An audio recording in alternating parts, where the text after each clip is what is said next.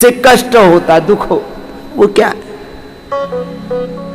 वो तत्व है खालीपन, सोनापन, अकेलापन, अधूरापन, अपूर्णताएं अपने भीतर अनुभव करते, जबकि हम स्वभाव से ही पूर्ण है। ओम पूर्णमदः पूर्णमिदं पूर्णात् पूर्णमुदच्यते पूर्णस्य पूर्णमादाय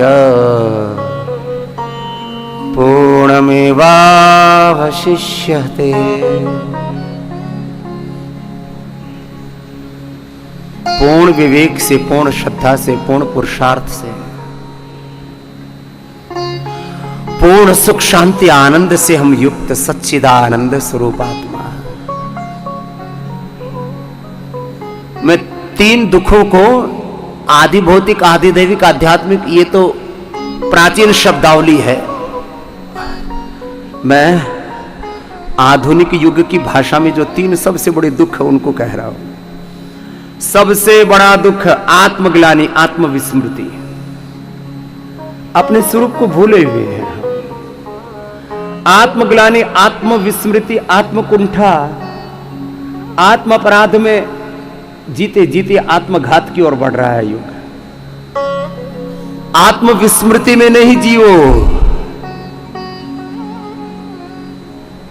आत्मबोध में जियो, आत्मस्मृति। नष्टो मोह स्मृतिर्लब्धा तत्प्रसादान् मयाच्युत स्थितोऽस्मि गतः संदेहः करिष्ये वचनं तव। यत्र योगेश्वर कृष्ण यत्र पार्थो धनुर्धर तत्र श्रीर्विजयोर्भूतिर्ध्रुवा नीतिर्मतिर्मम।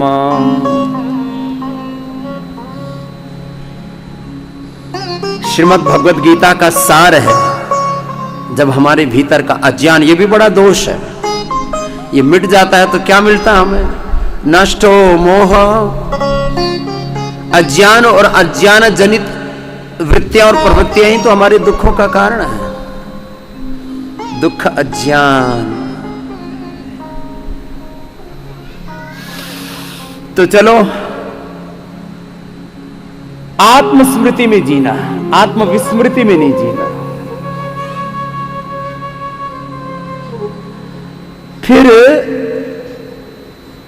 आत्मगौरव होगा आत्मस्मृति में जीने से, आत्माभिमान होगा, स्वाभिमान होगा। हम अपने आप को दीनहीन, दुखी, दरिद्र माने, ऐसे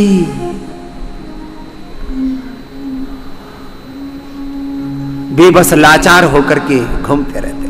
दरिद्रता, ये तो बहुत बड़ा दुख है मेरे भाई बहन।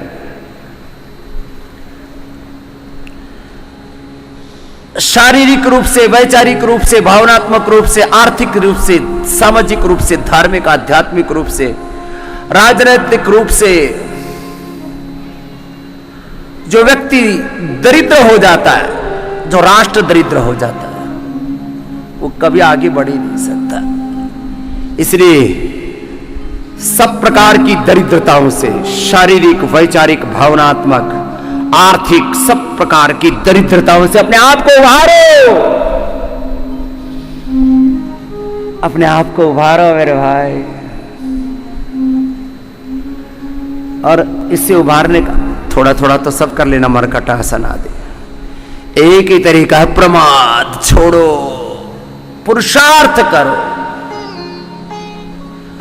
पुरुषार्थ इस दुनिया में सब काम न पूरी करता है, मन चाहा फल उसने पाया, जो आलसी बन के पड़ा न रहा। दुखदाई होंगे भोग सभी जो ईश्वर को बिसराएगा, विषयों की गिरकर खाई में, रोगों को भोगों की गिरकर खाई में, ठोकर पर ठोकर खाएगा, पछताएगा, कुछ हाथ नहीं मेरे भाई फिर आएगा। हुआ ध्यान में ईश्वर के जो मगन, उसे कोई क्लेश लगा न रहा।